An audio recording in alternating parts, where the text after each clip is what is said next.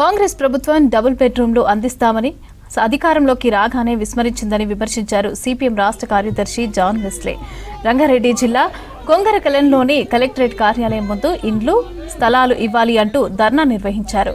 CM Revanth Reddy నిరుపేదలకు ఇళ్ల స్థలాలు ఇండ్లు ఇవ్వాలని డిమాండ్ చేశారు సిపిఎం నాయకులు.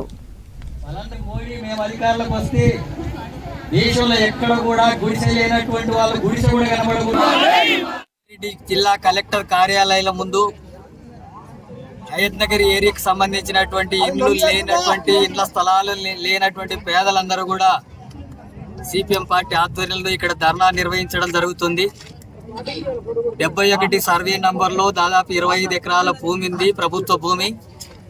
ఆ భూమి అంతా కూడా అన్యాక్రాంతం అవుతుంది. పేదలకు ఇవ్వాల్సినటువంటి భూమి ఇతరులు అక్రమంగా ఆక్రమిస్తున్నారు.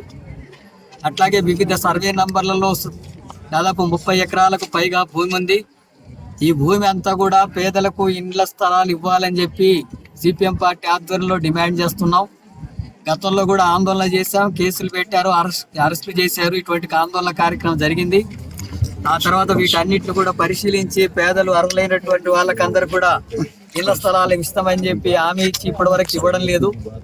అందుకనే ఈరోజు కలెక్టర్ కార్యాలయం ముందు ఆ భూమిని అంతా కూడా పేదలకే పంపిణీ జరగాల, ఇళ్ల స్థలాలు ఇవ్వాలా, 120 గజాల చొప్పున ప్రతి కుటుంబానికి పేదలకు ఇవ్వాలని చెప్పి ఈరోజు డిమాండ్ చేస్తున్నాం. అట్లాగే రాష్ట్ర ప్రభుత్వం ఎన్నికలకు ముందు మేము అధికారంలోకి వస్తే ఇండ్లు లేనటువంటి పేదలందరికీ కూడా ఇళ్ల స్థలాలు ఇస్తాం, ఇందిరమ్మ ఇండ్లు నిర్మాణం చేస్తామని చెప్పి హామీ ఇచ్చారు. అధికారంలోకి వచ్చి 18 నెలలు గడిచిపోతుంది, ఇప్పటివరకు ఇళ్ల స్థలాల పంపిణీ లేదు, ఇండ్ల నిర్మాణం లేదు.